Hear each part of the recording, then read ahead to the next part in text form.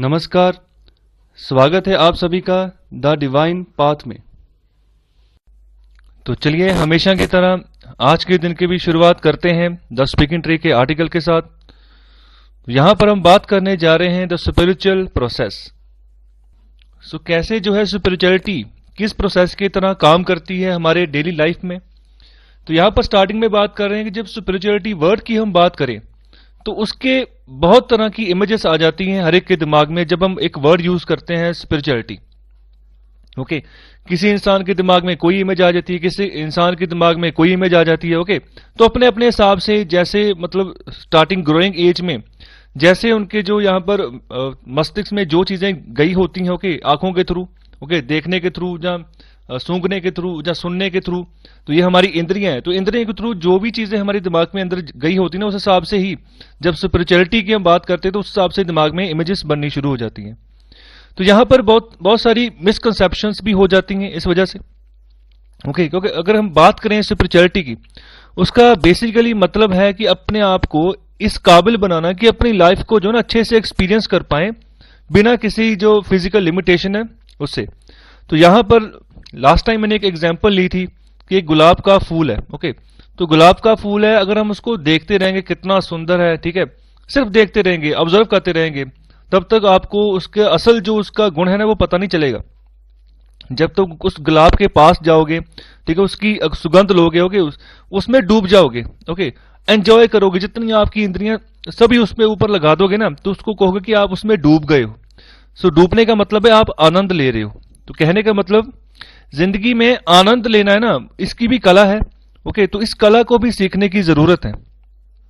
तो यहां पर स्पिरिचुअलिटी हमें इसी काबिल बनाने के लिए हमें सिखाई जाती है। हमें जो पॉजिटिव वे होता है जिंदगी का, उसी के रास्ते में हम चलते रहें, तो इसी की ओर हमें जो है धकेलती है।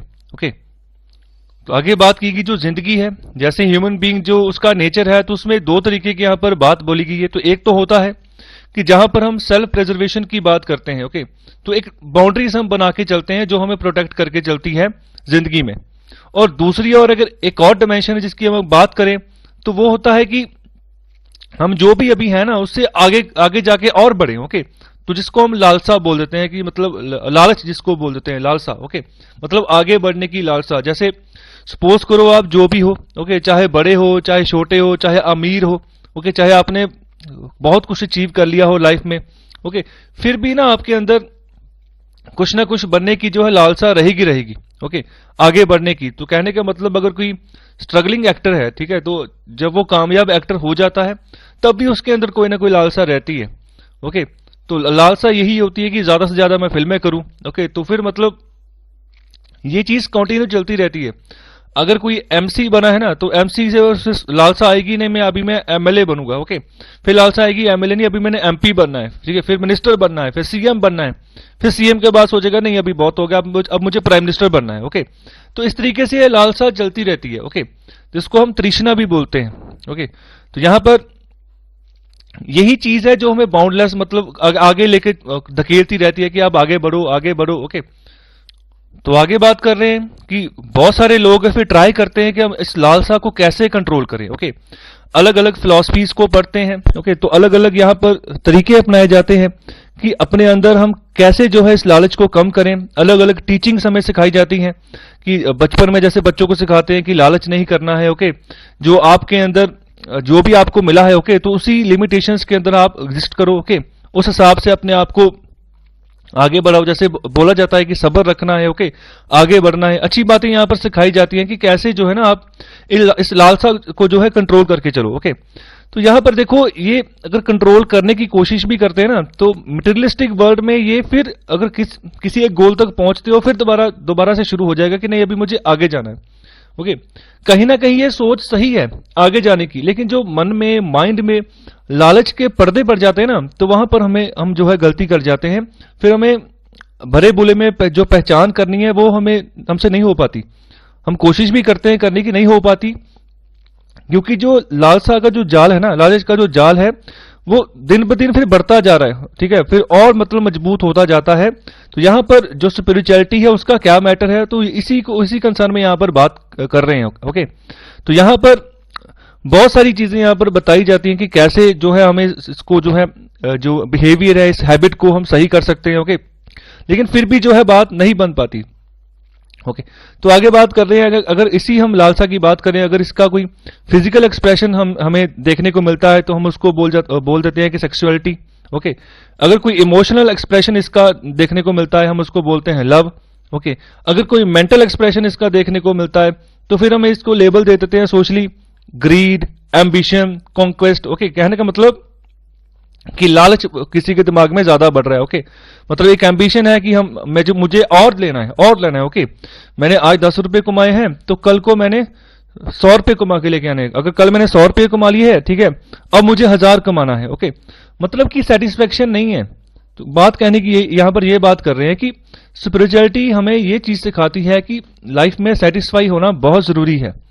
देखो, ये सब चीजें आती जाती रहती हैं। अगर पैसे की बात करें, धन दौलत की बात करें, प्रॉपर्टीज की बात करें, हम किसी के पास अगर ज्यादा है, अगर हमारे पास कम है, तो इसका मतलब ये नहीं है कि हम भी जो है गलत रास्ता अपनाएं और माइंड में ना एक लालसा और जो लालच है उसको उत्पन्न करें कि मुझे भी उसको क्रॉस करना है। ऐसा नहीं करना है। अपने जो ड्यूटी है ना उसके ऊपर फोकस करना है। जो परमात्मा ने आपको काम दिया है ना, उस काम को अच्छे से करो, उसमें आपकी जितनी पूरी जान है पूरी लगा दो।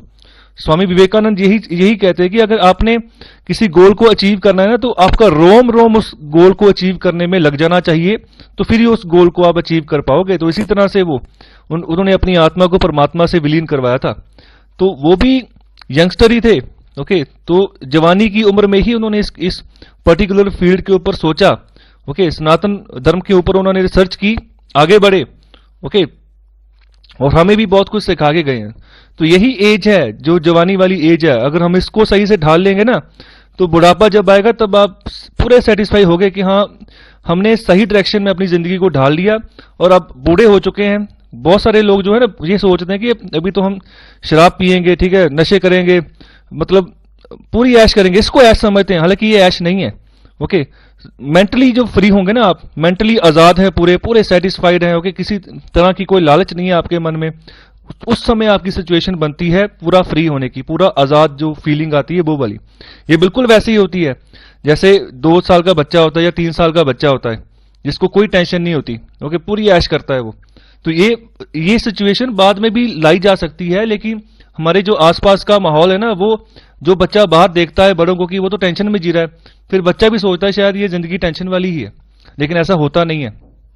यही सिखाते हैं जो हमारे शास्त्र हैं। ओके, जितने भी यहाँ पर हमारे जो धर्म ग्रंथ लिखे गए हैं, तो हमें इसी चीज के ऊपर फोकस करने की बात करते हैं कि सेटिस्फेक्शन रखनी है। ओके, तो ये धीरे धीरे आदत डेवलप होती है। जितने सेटिस्फाइड रहोगे उतना मेंटल पीस रहेगा, जितना मेंटल पीस रहेगा उतने खुश रहोगे और उतने जिंदगी में आगे बढ़ोगे। तो यहां पर ये इस चीज को नेगेटिव वे में नहीं लेना है कि मतलब हमने एक गोल रखना है। ओके, उस गोल को अचीव करना है, गोल बड़ा होना चाहिए। ओके, लेकिन लालच जो है ना, ये दिमाग को अंधा कर देता है। ओके, क्रोध से भर देता है। ओके, यहां फ्रस्ट्रेशन होनी शुरू हो जाती है। तो इस चीज से हमें बचना है। ओके, तो ये यहां पर बात की गई है कि जो कॉन्शियस एक्सप्रेशन है ना, वो दर्शाता है कि आपका जो है स्पिरिचुअल प्रोसेस, आप स्पिरिचुअल प्रोसेस के जो थ्रू है आप चल रहे हो। सो आई होप आज का ये एपिसोड आपको अच्छा लगा हो, तो कृपया लाइक, शेयर और सब्सक्राइब जरूर करें। धन्यवाद।